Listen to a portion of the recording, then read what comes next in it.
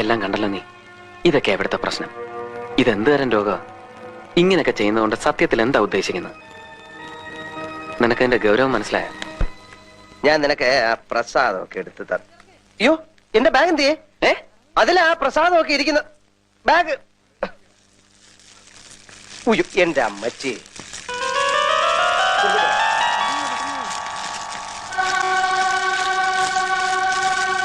അയ്യോ,